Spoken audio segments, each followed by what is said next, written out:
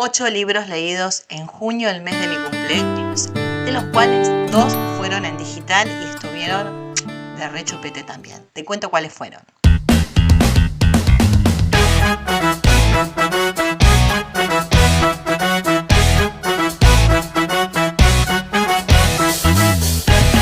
Hola descalzos y descalzas, ¿cómo están? Yo soy Sil y en este video te voy a contar cuáles fueron mis lecturas de junio, el mes de mi cumpleaños. Leí cosas maravillosas, muy lindas, muy profundas.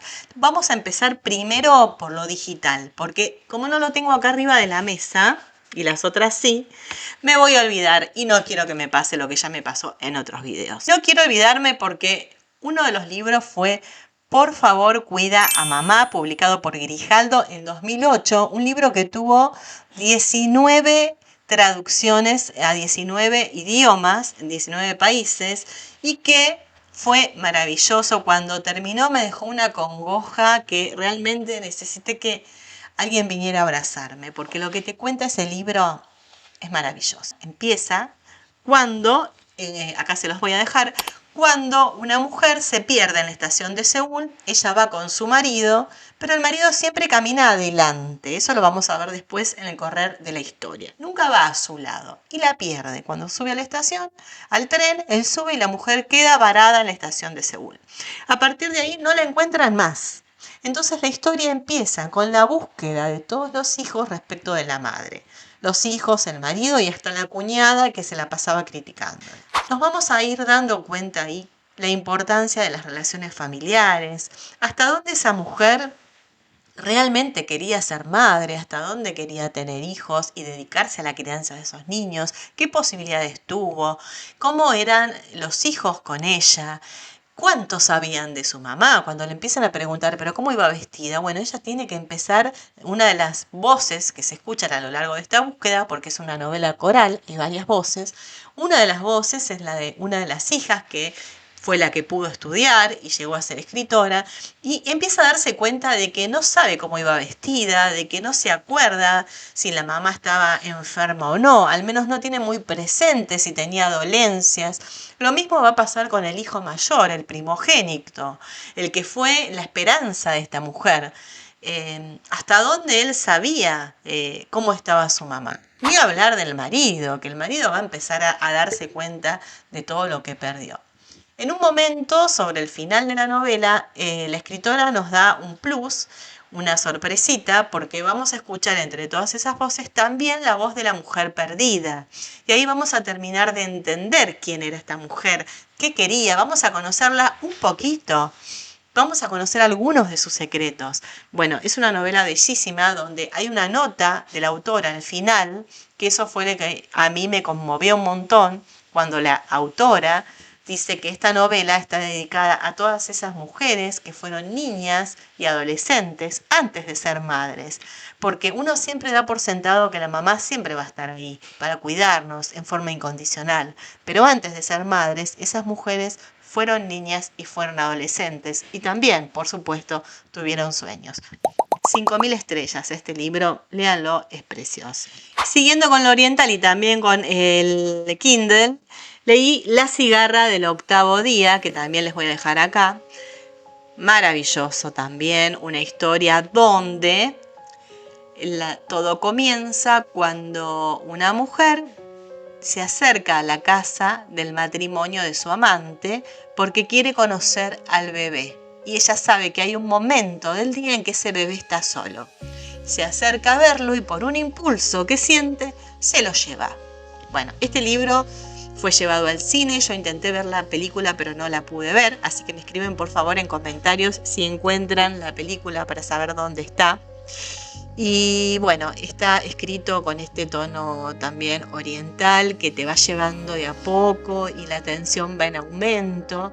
Es un libro que habla de maternidades, no llevadas a la práctica por distintos motivos.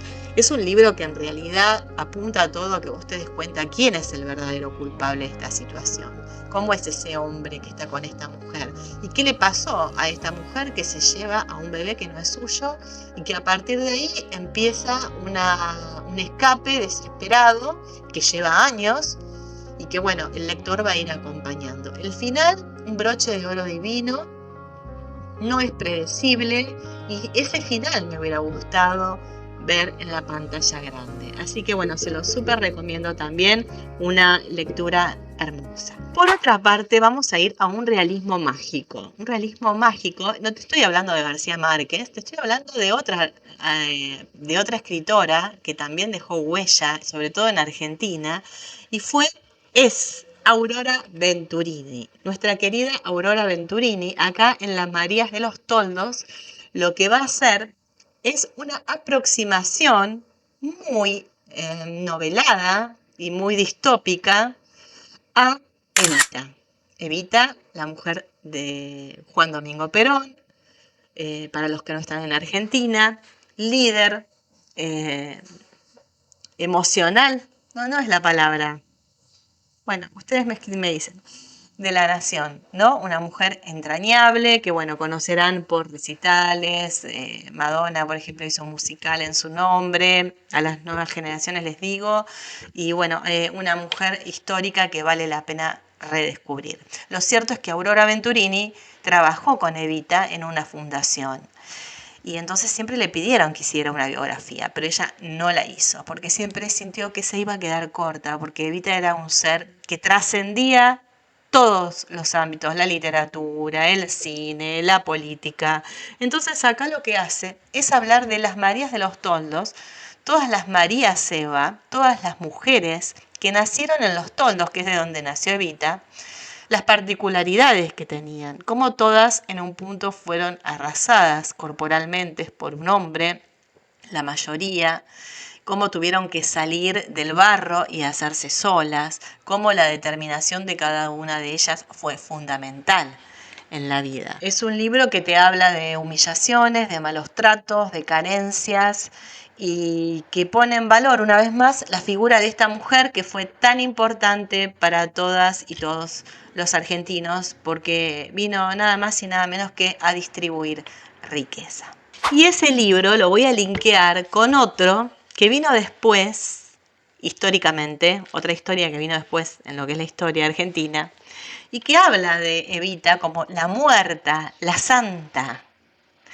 Porque acá el que va a hablar de Evita no va a ser alguien que la conoció, que la quiso, sí, que la conoció, sí, pero no que la quiso y la valoró, sino que la amó desde la imposibilidad de tenerla, con un amor espantoso, porque hablamos de un ser que era incapaz de sentir nada bueno por los demás. Cola de lagartija es una especie de biografía no autorizada, o autorizada desde la ficción, de José López Rega, que fue un ser siniestro que gobernó el país desde las sombras, sin haber sido votado, al lado de Estela Martínez de Perón, la segunda mujer de Perón. Este hombre que abrazaba la masonería y que le decían el brujo, justamente por las características oscuras que tenía y por los rituales que hacía, fue uno de los creadores de la AAA, que fue un grupo paramilitar en la Argentina, previo a lo que después, que operó previamente a lo que después hicieron en el golpe de Estado de 1976 los militares argentinos. Imagínense meterse en la cabeza de un ser tan nefasto, ¿no? Bueno, eso hace Luisa Valenzuela, nuestra escritora argentina amadísima, con López Rega. Para eso también utiliza elementos de realismo mágico, lo sitúa viviendo en los esteros, ¿no? Y le da distintos nombres. Se mete en la cabeza y en el sentimiento oscurísimo de este hombre que quiere gobernar y abarca distintos temas de la historia novelados, como por ejemplo la muerte de Evita, cuando embalsaman el cuerpo de Evita, la profanación del cadáver de Eva, la muerte de Perón, el exilio, la toma de medios de comunicación, todo esto novelado, ¿no? Y plagado de metáforas. Es un libro complejo justamente porque está escrito desde lo críptico, porque fue hecho en el año 1980-1981, plena dictadura militar, desde el exilio en Estados Unidos por la escritora. Así que imagínense el desafío que implica abordar esta lectura. Además, como si fuera poco, Luisa nos hace un juego que nos termina de partir la cabeza cuando en la mitad de la narración aparece ella, ¿no? Tratando de poner un poco de paz en el desorden, en el caos de la Argentina, y se pregunta si matar al brujo en la ficción sería suficiente como para que este hombre deje de derramar tanta sangre.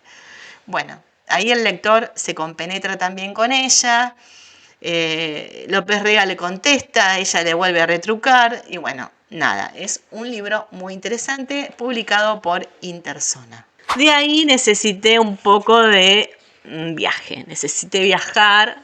Si yo me fui a la Argentina de 1900, acá estábamos 81, bueno, y bueno, me voy a ir a otro lado que no tenga nada que ver con eso, porque la literatura es eso y te permite eso. Entonces me fui a Europa con un grupo de turistas acomodados de clases muy altas que se la pasaban viajando por toda Europa en el año 1893. Re lejos me fui. Y entonces me hice todo un viajecito por París, por la Italia recién unificada, por los territorios de Austria y Hungría. Bueno, me fui con alrededor de 10 personajes mínimos en Sonó un violín en París, de María Rey. Yo no había leído nada de esta escritora, es un libro bastante extenso, donde cada uno se va a ir involucrando con los distintos personajes. Tenemos el que organiza el viaje, que es un escritor. Después tenemos, por ejemplo, una violinista, que es una de las protagonistas principales. Tenemos una condesa rubia, propietaria de talentos, digamos, que es la que de alguna forma es la mecenas de esta violinista, la señora Dupont. Bueno, y por supuesto hay historias de amor entre estos personajes, pero lo que más me gustó es cómo la escritora se documentó sobre cómo estaban todas las zonas de Europa que relata en esa época. Y bueno, es como ver, vos lo lees y es como ver esta portada. Es así, es viajar y conocer lugares en esa época y con un clima de misterio entre los protagonistas que están ahí pululando, que cada uno tiene unos motivos ocultos para el viaje, que no son tan inocentes como parecen, y el lector los va develando. Pero sobre todo vas develando la arquitectura europea, las épocas. Me gustó mucho por eso y fue una bocanada de aire fresco dentro de todas estas historias que te conté antes, que fueron como bastante comprometidas con la realidad. Para seguir en la línea me divierto, fui a una autora que no conocía y que me gustó un montón, Mariana Sández, Una casa llena de gente, de Impedimenta. Este libro plantea la convivencia de un montón de personas que viven en un mismo edificio. Imagínate. Las reuniones de consorcio quedan chicas al lado de esto. De a poco los que no se conocen y los que no se vinculan se van vinculando. Todo narrado en la historia de dos niñas que se hacen amiguitas y bueno, a partir de ahí es imposible separar a las familias. Suceden un montón de cosas y todo está atravesado por el relato de una de las mujeres que vive en uno de los departamentos, la mamá de esta niña, que tiene a su vez una mamá que es bastante compleja, así que también analizamos acá las relaciones materno-filiales, bueno, y cómo esta hija trata de poner distancia de una madre avasallante, que Dios mío, vos leías acá y la querías matar a la vieja, así te lo digo, sí, porque es así, la querías matar. Y la tipa estaba metida en absolutamente todo, desde la mudanza hacia ese edificio en adelante, ¿no? En una parte dice la escritora, mi abuela daba golpes de estado domésticos. Imagínate, para seguir con lo de los golpes, daba golpes de estado domésticos. Así que ya sabes, una casa llena de gente, bueno, así te vas a sentir en ese edificio. De ahí me fui a una novela que te voy a bajar la voz porque quedé hermosa. porque a mí me gustan esos temas, pero que me dejó terriblemente petrificada. Y es una novela que habrás visto porque se vio en todos lados, pero yo te voy a contar de qué se trata y es Crisálida de Fernando Navarro. Fernando Navarro, yo no lo conocía, es un guionista español que hizo películas súper premiadas y eso se nota acá. Se nota porque vos ves todo el tiempo con imágenes lo que te está contando. Te voy a leer el primer párrafo, porque si yo te voy a contar de qué se trata, no me vas a entender como si escuchas lo que te leo. Despierta, niña, despierta. Escucho la voz grave del capitán y entonces despierto y me envuelve la niebla de los bosques donde me mataron cuando yo tenía 12 años y no tenía nombre porque de niña no tuve nombre, porque mi padre, al que llamábamos el capitán, no nos puso nombre alguno. Quien habla es la protagonista, que es una niña de 12 años, que se llama Nada. Sí, Nada. Porque el padre la llamó así. Un tipo que tenía 5 hijos, tilda de la noche a la mañana. En realidad viene, después cuando vos vas leyendo, hay un proceso de tilde. Y se lleva a la familia a vivir al bosque. Bueno, se lleva a la familia y a partir de que empieza esa deshumanización, empezando por el nombre de cada uno de los chicos, se van pareciendo cada vez más a los animales y a partir de ahí este hombre empieza a cometer atrocidades con sus hijos, empieza a lastimarlos de todas las formas posibles, empieza cada uno a tener un destino terrible. Ella se va a despertar con 12 años en la cama de un manicomio y no va a saber quién es, ni dónde está, ni cómo llegó ahí. Lo único que va a querer hacer es reencontrarse con sus hermanos. De a poco el relato te va reconstruyendo la historia de esta niña y también la de su padre, su madre y la de sus hermanos. Es un libro muy duro y que termina como tiene que terminar. Me gustó por eso, no hay un cierre romantizado de la situación. Y bueno, miren lo que es esta portada, fiel a la historia que tiene adentro, preciosa. Preciosa no sé si es la palabra por la historia, pero bueno, es contundente y no puedes parar de leerla. Y el último libro que leí, Isla Cucurucho, de Ulla Saksak. Es un libro de Trapezoide, Trapezoide es la editorial, y que nos cuenta la historia de una joven que vive con su gato. Cucurucho se llama el gato. Si te gustan las mascotas y te gustan los libros que tengan que ver con animales y con la relación de los hombres y las mujeres con los animales, este libro es para vos. Si querés regalárselo a alguien que le encante esa temática, Isla Cucurucho es ideal. Es una joven que se va descubriendo en el amor y que a medida de que se va descubriendo va tratando de también recomponer lo que fue su vida como niña, la relación que tenía con sus padres, a quienes me llamó mucho la atención, no los nombra como tales, son él y ella. Y a partir de ahí, Cucurucho, el gato, va a ser un espectador de su vida, de su amor, y en algún momento Cucurucho va a desaparecer también. Entonces, cómo se aborda la pérdida, cómo se abordan las relaciones que no estuvieron, y cómo una mujer tiene que reinventarse. Y otro libro que leí en digital, mira, ya me lo estaba olvidando. Bueno, mamita, Victorian Psycho, de Virginia Freites. ¿Freite? Espera, puede ser. Espera. Fue lo más, este libro fue terrible. Espera. No está acá. Me tengo que ir a Instagram. Me estaba fijando en TikTok. Ustedes me siguen en Instagram, TikTok. Fíjense, pónganme me gusta, métanse ahí. Acá también comenten, opinen, suscríbanse, recomienden. Virginia Feito, sí, no sé qué dije, Freire, cualquier cosa. Virginia Feito, que la verdad que fue una genia al escribir esto que te voy a contar ahora.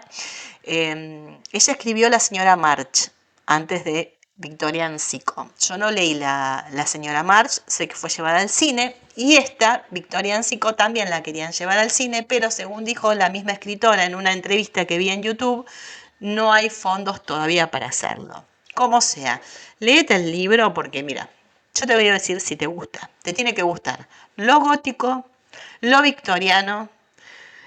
No te tienen que dar mucho asco algunas cosas y tener que ser un poquito cruel. Si tenés esos 3 condimentos, si te bancás esos 3 condimentos en una lectura, este es el libro para vos. Y además le sumás humor negro. Bueno, una institutriz va a cuidar a 2 niños a una casa victoriana en el medio de, bueno, una casa de gente muy adinerada, venida menos, la familia Pons. Ella empieza la novela diciendo que acaba de llegar y que sabe que para las Navidades cada uno de esos integrantes va a estar muerto. Así empieza la novela. Es muy atrapante porque también describe muchísimo, es muy visual, el estilo es muy visual y además no tiene empacho en denunciar desde los maltratos a las mujeres, desde esta concepción machista de aquella época, hasta las cosas más absurdas y ridículas, ¿no? Por ejemplo, cómo se arreglaba la señora Pons. Hay un pasaje que te morís de risa de todas las cremas que se ponía esta mujer, que no eran cremas porque no las sabía, entonces cómo suplían esa ausencia de cosméticos. Bueno, te relata desde eso hasta cómo destripa a algunos invitados y lo que hace con esas tripas. O sea, si vas por ahí, te gusta, te parece curioso, a mí me ganó la curiosidad y realmente no me defraudó para nada porque el final también me encantó porque también, de vuelta, no fue un final romantizado, fue el final que tenía que tener. Así que bueno, se hizo re largo este video, espero que te hayan gustado mis lecturas, decime cuál te llamó más la atención y nos seguimos viendo y encontrando por acá y por las demás redes. Gracias por ver. Chau, chau.